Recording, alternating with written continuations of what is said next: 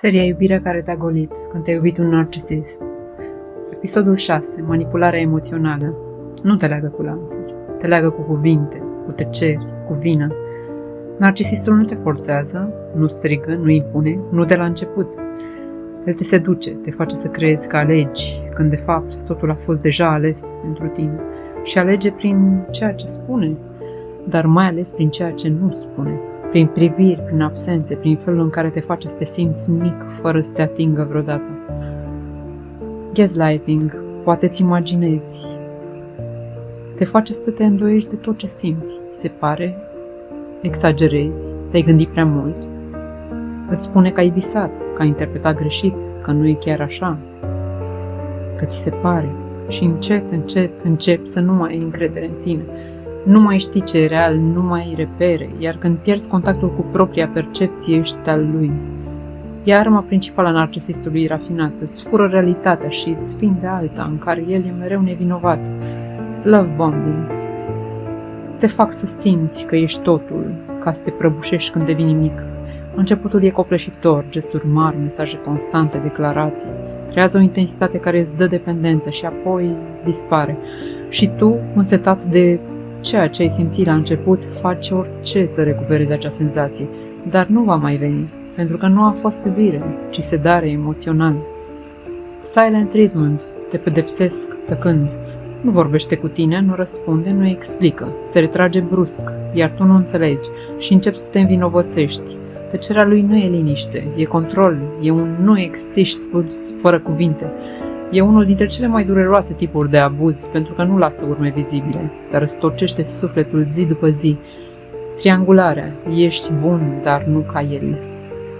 Te face să simți că nu e suficient, te compară, îți menționează fostul, cât de înțelegător era, se uită demonstrativ la altul, flirtează subtil, îți spune că ești paranoic când reacționezi, dar o face intenționat, ca să te simți nesigur și să lupți pentru o iubire care ar fi trebuit să-ți fie sigură.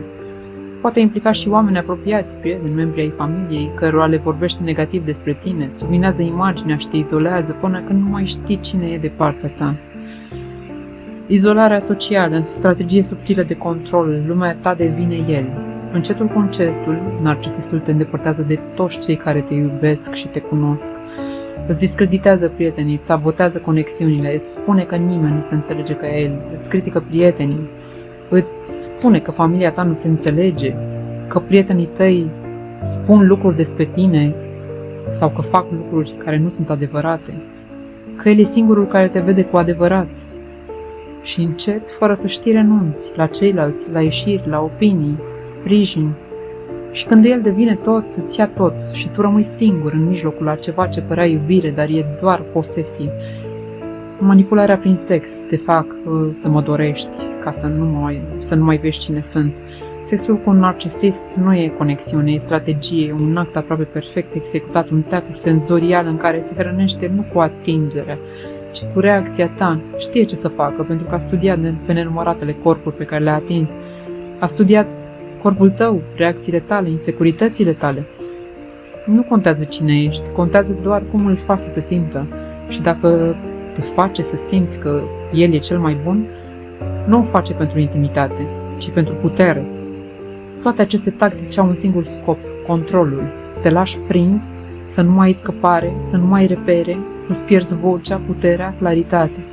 Dar tu meriți altceva, meriți o iubire în care să nu te simți vinovat că simți, în care nu te temi că o emoție poate distruge tot, în care nu trebuie să concurezi cu nimeni, în care nu ești manipulabil, ci văzut.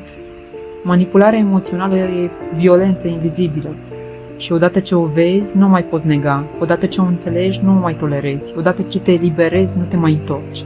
Pentru că adevărata iubire nu-ți rupe realitatea, ți o înconjoară cu siguranță și adevăr. Cum știi că ești manipulat? Nu pentru că vezi clar, ci pentru că nu mai știi nimic cu certitudine, nu mai ai încredere în vocea ta, în emoțiile tale, în amintirile tale, în prietenii tăi, în corpul tău. Totul devine un labirint și la fiecare colț e el. Adevărul greu. Manipularea emoțională nu pare abuz, dar e. Nu doare brusc, dar rupe încet, nu se vede, dar te schimbă, te înstrăinează de tine și de aceea e periculoasă, pentru că te golește în timp ce tu încă spui te iubesc. Dar iubirea reală nu vine cu confuzie, nu se joacă, nu te face să te rupi în bucăți ca să simți că aparții.